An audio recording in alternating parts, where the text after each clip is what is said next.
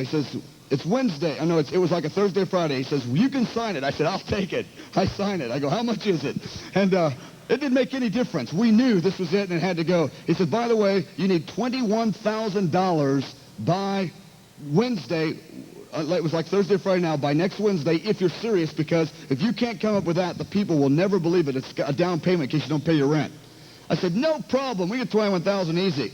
And sign it. I go out, and Al says, where we need $21,000? I said, I don't know. I'm going to let Bob Scott worry about that. And so I come, I said, Bob, we got a building. Praise God. He goes, great. How much? I go, Bob, all the details. Why all so many details? How much? $8,000 a month.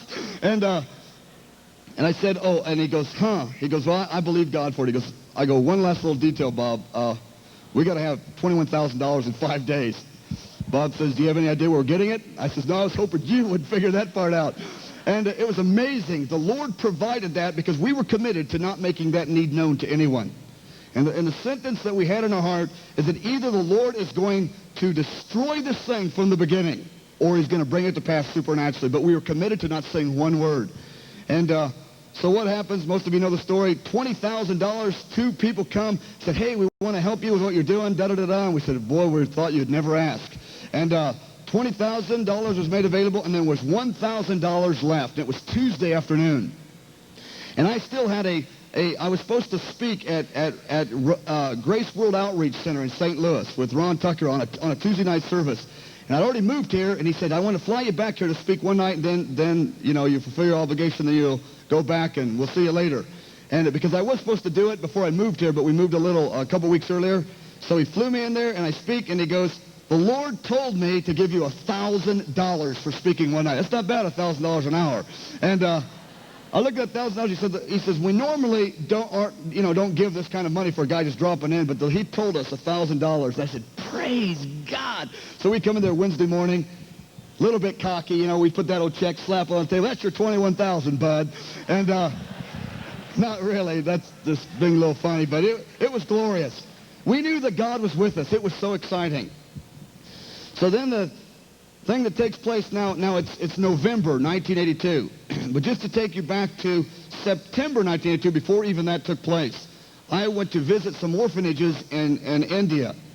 It was about a month trip because I'd already shared with the elders in September 1st that I was turning the whole church over. I was going to Kansas City, and that for 1 month I was going to go see these orphanages, and I was going to seek the Lord and wait upon the Lord. And when I went there, I had a very, very powerful experience. And I want to share it with you. There's a glorious aspect, but the real point of what I want to share with you is the warning aspect. That I basically went by myself. I met 8 pastors over in India, and we had a time of ministry to pastors in the nation. And but they went east, and I went west. So they flew that way, and I went by myself because I wanted to spend a couple weeks just alone before the Lord. And so I went west and went through Seoul, Korea, and visited the big church. I wanted to get a vision, you know, so I wanted to go to Paul Yonggi Cho's church because it was just literally on the way. And so we stopped in Seoul, Korea, and I just spent this couple days seeking the Lord. And I was in Cairo, Egypt one night, just in a hotel. I was there for 2 days on a layover. And because I just wanted to walk around and hear the word of the Lord. And the Spirit of God visited me one night, which is a very, very dear and serious experience that the Lord gave me on that night. Probably one of 3 or 4 experiences in my life of this magnitude. And the Lord spoke to me, and very few times has God ever spoke to me directly. The Lord normally gives me an impression or a prompting, or I get an idea and somebody has a confirmation. But very few times, I'd say less than 10 times, has the word of the Lord came to me with such clarity, it was as clear as a person speaking. And so I'm sitting there maybe 5 times. I've never counted, but it's a very small number to where I would say the word of the Lord came unto me it that way. And it was as clear as God was saying it, as though, and those of you that have had that experience, it's like you can even hear the intonation of his voice. And it was that crystal clear, and I went, wow, you know, this was the word of the Lord. That was probably about the 3rd time it ever happened to me. It was shaking me. I was there, I was just in a hotel in Cairo, Egypt. I was kneeling on the floor praying because I wanted to spend a lot of time in prayer and just waiting and pondering before this move to Kansas City. And he spoke to me very dynamically, a word that I've leaned on many times. He said this. He goes, I am inviting you. I mean, he said it directly. I am inviting you to raise up a work that will touch the ends of the earth. I remember that came to me. That was just an awesome thing. He goes, I'm inviting you. He says, I'm preparing to move in that city, and I'm inviting you to have a part of it. And I was just, yes, Lord. The fear of the Lord came in the room. And I mean, in not, you know, you hear people say that sometimes. But the fear of the Lord came into the room. And I began just to weep before the Lord, and a spirit of groaning and travail came upon me. And he says, I have invited many people to do this thing. Because I said, yes, Lord, yes. And he says, and many have said yes. I mean, this came as crystal clear as I'm telling you right now. He says, I've invited many people, and they've said yes. But very few have ever done my will. And I said, yes, Lord, yes. He says, you've only said yes. And then he gave me a very serious warning, because I had four very clear standards that he gave me. I've said this many times, we'll spend a whole session on the commitment class. He said it will be built on night and day prayer. It will be built on holiness of heart. It will be built on unwavering faith, and it will be built on Isaiah 58, extravagant giving to the poor. He said those four principles will be the foundation of this work, besides Jesus himself. And I remember I was weeping, and it was just dynamic experience. I was going, God. And he said, guard your heart, for if you lose this vision, your brothers will be the ones that stole it out of your heart. And what he told me in that, he says, it won't be the world that will steal it. It will be your reasoning brothers who do not know my ways that will take this thing from your heart. And I tell you, he warned me as crystal clear, guard your heart, lest your brothers steal this vision from your heart. And it wasn't just the vision, the magnitude of it. I wasn't concerned about that so much. It was the standards. And I tell you, that was the word of the Lord, because many times since then, very many well-meaning brothers who were trying to help me and to spare me have constantly assaulted and resisted the standard that God has put in this place. Many of them, and many of them have come, and many of them left, and many of them wagged their heads, said, you guys are off base. And I tell you, I know what it means when God says, guard your heart, lest your brethren steal this thing from you. And I'm not sure that we're walking in that standard perfectly, but I know it's in our heart too, as God helps us in the days to come to grow in a greater maturity. Because obviously, we're not even walking in it in a way that we desire to. I mean, as a whole people. But he said, if this standard is upheld, he says, I've invited you and this people to fulfill a purpose that will touch the ends of the earth. And he says, it will be a major part of my purpose in the earth. That's a nice prophecy. That was staggering. I couldn't believe it, but it was the word of the Lord came crystal clear. And sometimes, though I've seemed adamant about that, even I will not even discuss those four things, because God told me, guard my heart from the subtlety of well-meaning brothers who are trying to spare me from getting too heavy with this stuff. And the Lord warned me straight from heaven. Okay, so it's December 5th, 1982. We have our first service. Somebody goes, how many people were there? I don't know, anywhere between 10 and 50. And because the Lord told us from the beginning we were not to number the people. We were not to number the people, that he himself would know, and that was all that was really important. You know, unless you had to take that just reminded me, we need 5 people for the nursery. Yeah, that's right. Sorry, Dennis, he told me. As I said, the only way we'd number it if we had to plan for the nursery. We need 5 people for the nursery. This note's in my pocket. But anyway, yikes. So now what happens is, as Augustine comes back in town in October 1982, and he comes to tell me, he says, he flies back in town, he says, so are you gonna move? Are you going? I said, yeah. He says, the Lord gave me a vision of 4 things that he wants you to hide in your heart, because it's going to be very important to you. I said, okay, what are they? He says, number 1, the first 2 start off real glorious, and then there's a real turn. It starts going downhill. The first 2 are great. The second 2 are terrible. He said, number 1, there's going to be, he goes, multitudes of young people that will be rallied in the early days of this work. He goes, thousands and thousands of young people. I said, oh, that sounds great. So secondly, he said, in the days to come, there will be a full manifestation of the gifts of the Spirit, but it will be yet for an appointed time. I went, wow, that sounds great. What's the third one? He says, the third one, there's going to be a false prophet released in your midst from the very beginning. If you are patient and you discern him, you will spare many problems. If you do not discern him, though you will recover, you will cause great heartache and cause a great setback. I went, oh, great. And I go, who is it? He goes, God will tell you if you're patient. I mean, could you imagine hearing a prophecy like that and believing it? I thought, oh, wow. And he goes, and the fourth word, is that, and I can't get into all the details because the implications of it, he says there will be a resistance and there will be some misunderstanding and some lack of understanding as to what's going on from many people, not just involved in the city, but as to what you're about and what you're standing for. And he gave a lot of detail on that, but I don't want us to get into that kind of thing. But he said there would be some resistance, so don't lose heart if it comes, is the point. And don't respond to it in a wrong way. So I said, okay, good, and I believe that. So now I come here, and it's December 82, December 5th, and we have our first service, and then our second, third, and we're going on. And so we began in November 82 meeting every night for prayer. We began, the Lord said the things would be built on night and day prayer. So we began to meet 7 to 10 every night. We probably did that for 18 months. And then, as you well know, in October 84, we took off Sunday nights and began to meet 3 times a day. And in the end, we'll be meeting 24 hours a day in prayer. He said literally this work will be built on night and day prayer. Literally, not figuratively, not kind of praying as you're driving. Literal night and day intercession will go forth from this people. And that is a requirement from God if this thing is to touch the ends of the earth. So we began to pray every night, 7 to 10, about 10 or 15 of us. And we had so much faith, and we were so excited. We got that 21,000. We were ready to go. So this one brother comes up to me. Now he's referring to Bob Jones. He comes up to me in January. He says, hey, there's a prophet in Kansas City, and he has been talking about a group of people for 10 years that were coming to the south end of Kansas City. He says, I know this is the group because he said they will come to the south in the spring of 83. They will be led by a 27-year-old young man. They will preach on intercession and revival. And he says, I know this is the group. Of course, I'm thinking this is the false prophet. So I tell the guy, I go, no. I go, I'm really too busy because I had so many prayer meetings going. I said, I'm not interested in meeting this man. He says, man, you got to meet him. I said, maybe some other time. So then a month or two passes, and he comes to me again in March. He says, you've got to meet this guy. I tell you, he's been speaking. I've heard him for years talking. This is the group. I said, well, still, I can't. He goes, would you meet with him just for a short amount of time? I said, okay, I will, because I love this guy. And so it's March 7th, and in comes good old Bob Jones, comes walking in the door, walking into my innocent little life. Bob Jones, here he comes.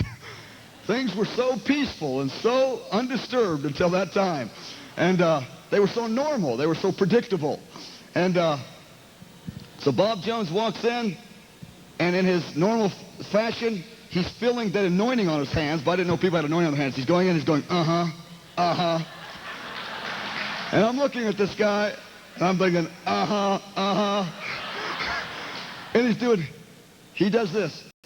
Although he's got this tremendous seriousness, it's funny to tell it, but it was very serious at the time. He was very moved in his heart. And he's looking around the room, and he's feeling his finger like this, and then, now that I know what the signals are, this means he's feeling for the wind. He goes, that means the wind's blowing, the oil's back, the wind's coming, the wind's not there. And so I didn't know any of that then. I thought he was waving at someone behind me, And I didn't really, but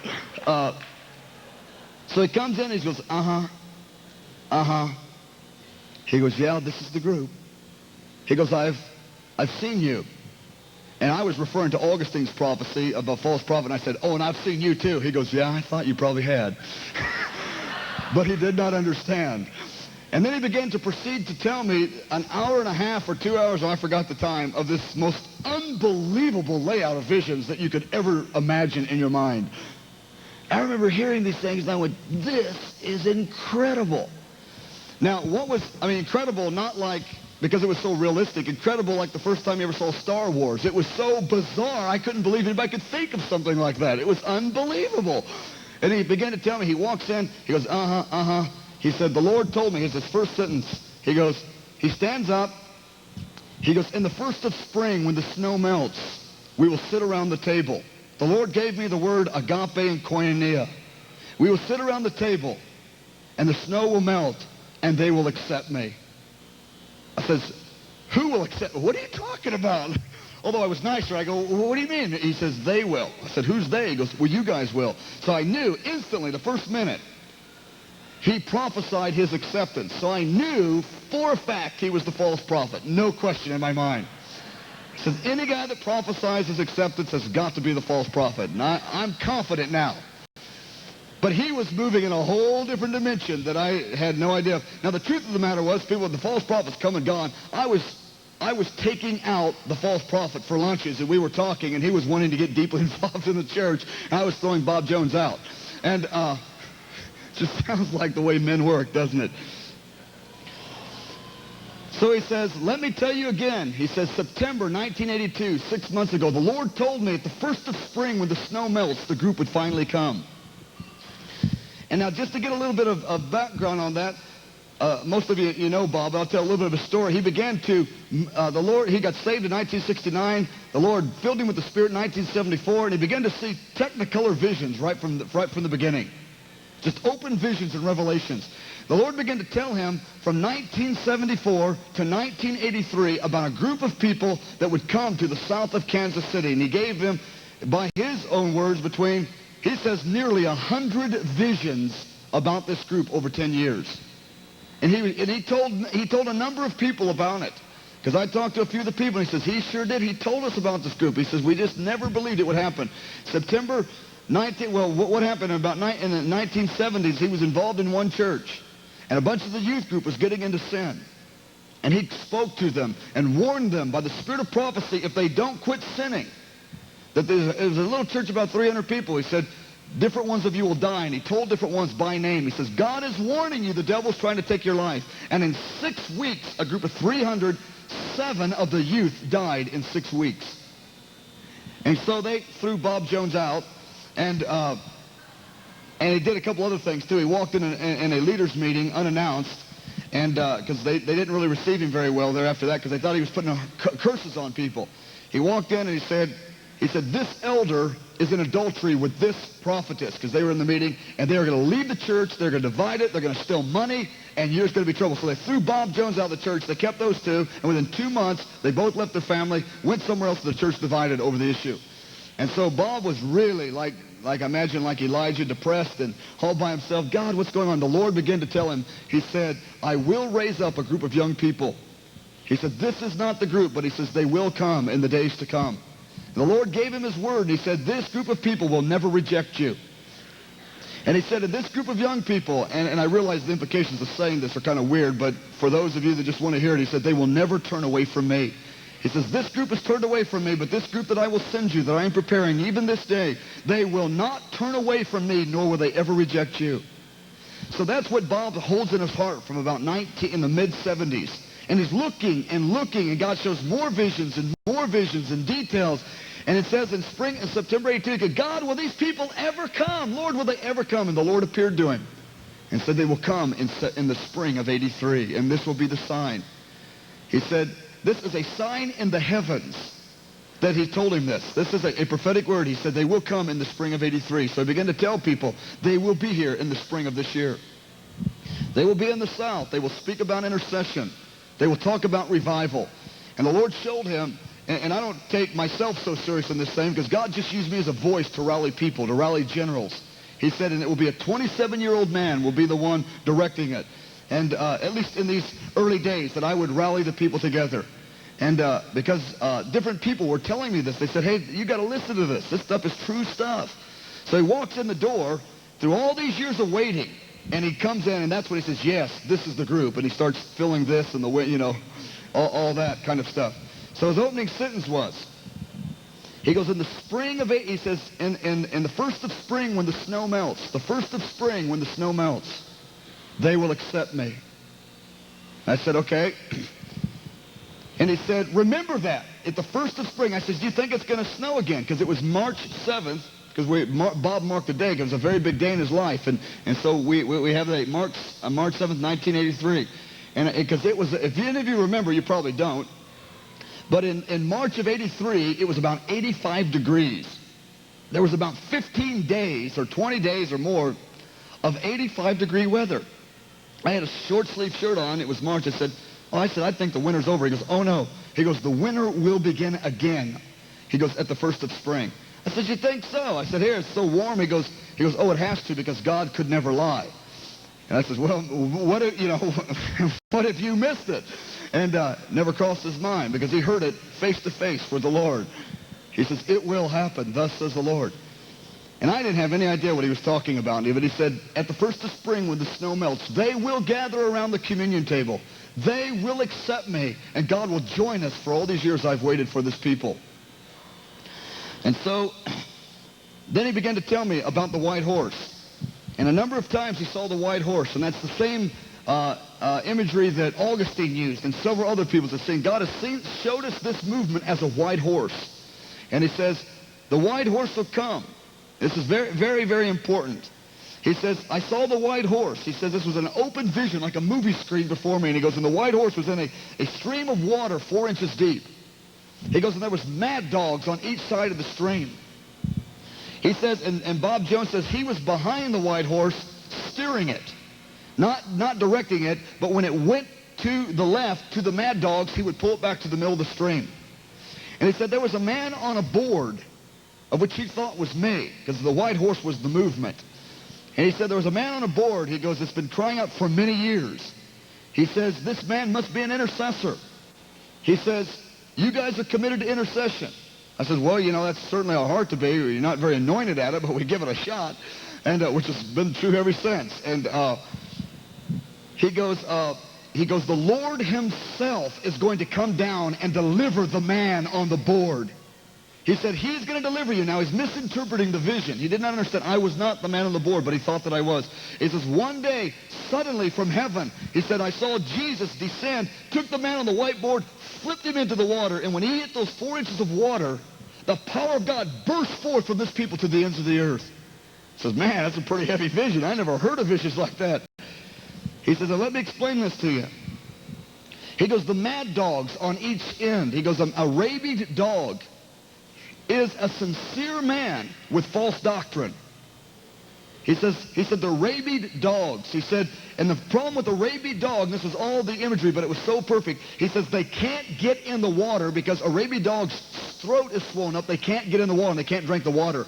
These are men who do not know my ways, who will try to influence this movement and destroy it, but they don't know. They will destroy it if they influence it. So the Lord sent me here to keep you free from the rabid dogs. And I says, what does that mean? He said, the Lord told me that when you came, your enemies would be too great for you.